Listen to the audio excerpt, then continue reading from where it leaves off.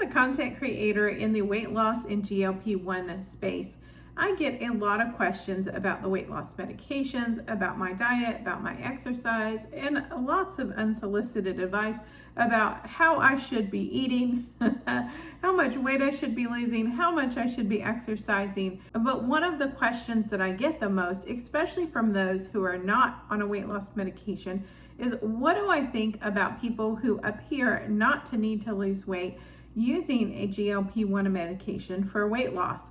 So let's talk about that today. And I know that could be a hugely controversial topic, but what else would I talk about? My name is Amy, and I am on a journey to lose 180 pounds. Now, currently, I have lost 62 pounds over 73 weeks and 66 shots of Zepbound. So I did start my journey without the weight loss medication, but abysmally failed at that. So I finally was able to get a doctor to prescribe me Zepbound, and I have been on that since, seems like the dawn of time, since February of 2025. Started this journey at 340 pounds, currently at 242 pounds. And it does not all go smoothly. It is a roller coaster of ups and downs, not only weight, but emotions. And I'm kind of getting to the point where my weight loss is slowing down a little bit. But I was recently on a cruise with my YouTube After 40 group. Now that is a group that I joined. I paid for a course. It's $197. And that was to learn how to create, grow, and monetize a YouTube channel. I'll leave the link down below, and I'll put a QR code up here for you if you're interested in checking out that program.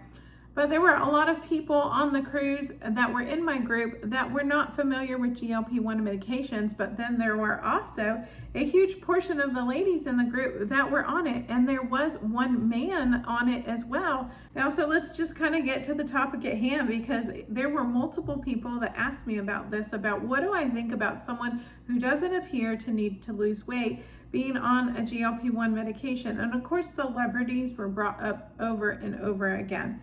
But I just want to really point out that celebrities may be very much misusing the medication, but we can't judge a book by its cover. We don't know whether they had food noise, whether they had an ED. I'll put up on the screen what that means. Whether they had type 2 diabetes, whether they had insulin resistance, or any other medical condition that may have necessitated them taking the GLP-1 medication.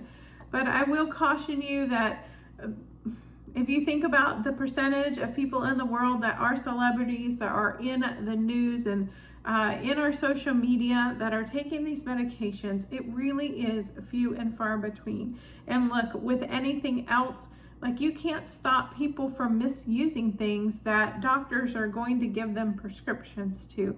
Or also if they're getting things from the gray market, like, you can't stop them from misusing it, but it shouldn't really color your attitude on the drug for the people who need it, right? Because you may see someone who is thin as a rail. You may see someone who's just a few pounds overweight. You may see someone who appears to be a normal body weight, but you don't know what struggle is going on in their head, right? You may see someone who has been able to control their diet and maybe works out 20, 30 hours a week, maybe eats almost nothing to be able to keep their body weight down. So I just don't think, this is my personal opinion, I don't think we can judge other people and their usage of the GLP-1 medication to either stop their food noise, stop their intense hunger, stop their food cravings, to help them lose those 30 pounds that they've never been able to get off. Because I think our sense of reality of what people look like nowadays, or should look like at a healthy weight, or what a healthy weight should be, is a bit skewed. Because in the past 10, 20 years, the kind of base body weight has really risen. We are a much larger population here in the United States than other parts of the world. And I don't think sometimes that we realize that. Also, if you think back to 30, 40, 50 years ago, when a lot of the technology that is keeping us very sedentary was not invented, people were much thinner and may have appeared to be underweight when you looked at them, but they may have actually been a healthy body weight. So I personally just don't think that we can judge a book by its cover, that we can't judge somebody by the way that they look as to whether they deserve or should be taking a GLP-1 medication, because we just don't know their story. We don't know their body. We don't know what they've been through.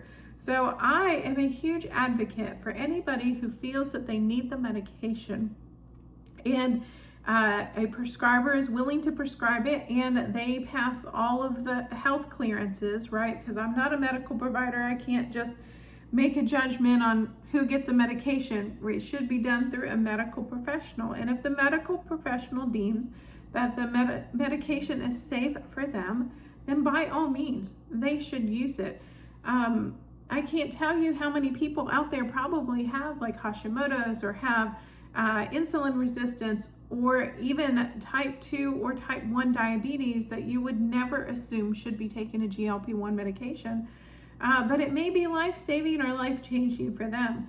I don't think we can restrict it to just the morbidly obese or obese people, because like that's not even fair.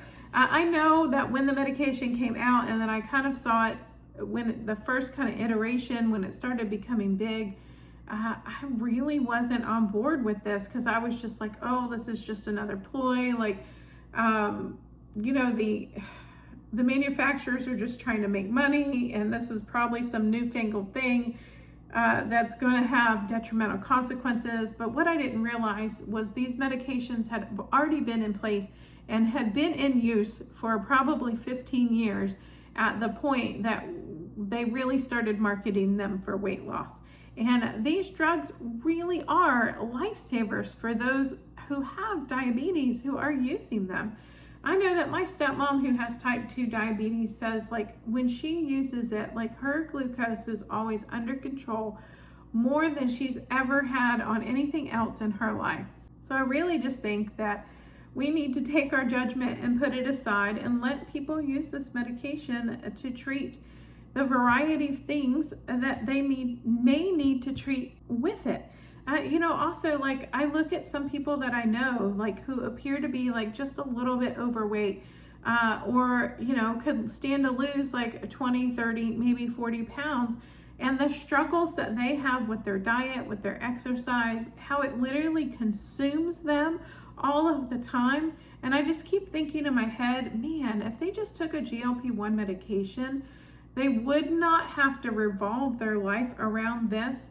And it would be so easy for them to be able to shed that weight and keep it off, and to stop obsessing about the things that they're having to obsess about. So I'm just a firm believer in let's use these medications, use them safely. And people need to pay attention to their bodies and realize when it's time to stop or reduce the medication, because for most of us, this is going to be a lifelong medication that we're going to need to take until they actually find a cure for the disease of obesity, right? Because this medication is treating the disease, and the minute that we stop treating the disease, then we're just going to revert back to putting on more weight, not burning calories, getting our food noise back, getting our excessive hunger. For those of you with ED, it's just going to slowly go back as it gets out of your body and your brain chemistry goes back to what it was.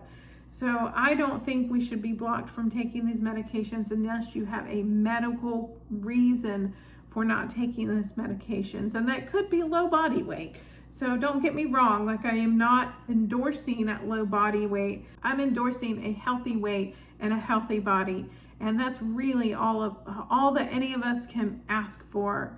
Now, I once heard a quote, and I'm not sure where it came from. If I can find a name attributed to it, I'll put it up here on the screen. But the quote was, "Good health is like a crown on the head of a healthy person that only the sick can see." And this, for me, was a huge motivator in why I decided to lose weight, because I felt that I was busy staring at all of these people that were out on YouTube, living their life, living the dream, doing all these things, traveling the world.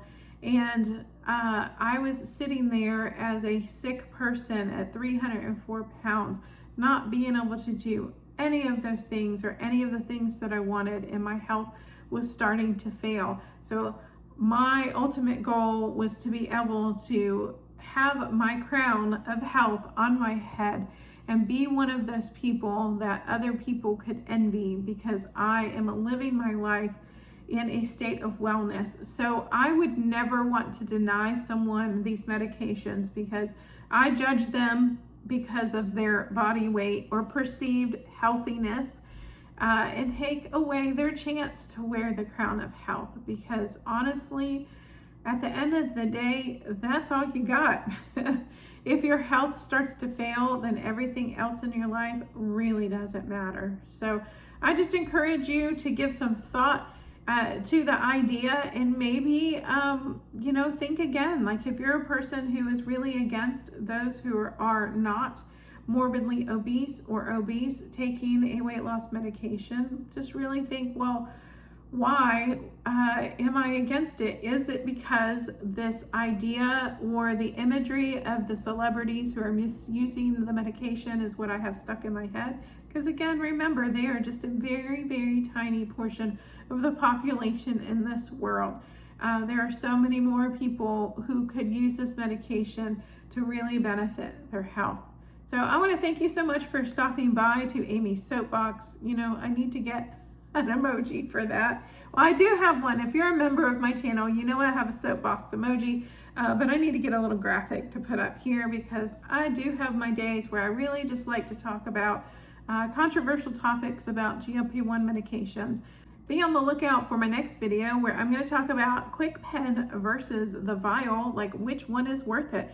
Now that I have opened my second quick pen and I took 2 doses of the vial in between my quick pens, I have formed an opinion on which one I think is better, or do I think they're both the same? So let's find out in my next video. So be on the lookout for that. And this is Amy Loses It, and I haven't quite lost all my weight. I still have 123 pounds to go, so it's going to be a long journey. So hang in there with me, and make sure that you check out my live stream every Thursday at 6 p.m. Eastern Time, where I do my live weigh-in. So I just weighed in this past Saturday, and so that will be my second weigh-in since being back from vacation from my 7-night cruise in Rome, where I threw my diet plan out the window and ate what I wanted when I wanted and did all of the things that I could do.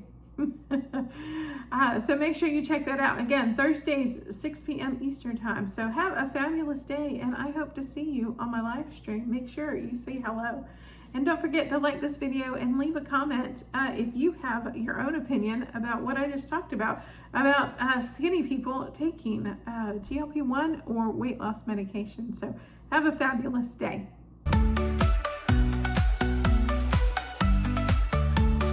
4 cats, 1 scale, and a suitcase to pack. Zepbound in hand, there's no looking back. Cruising through this journey, non-scale victory's divine. But can Amy lose the weight without losing her mind?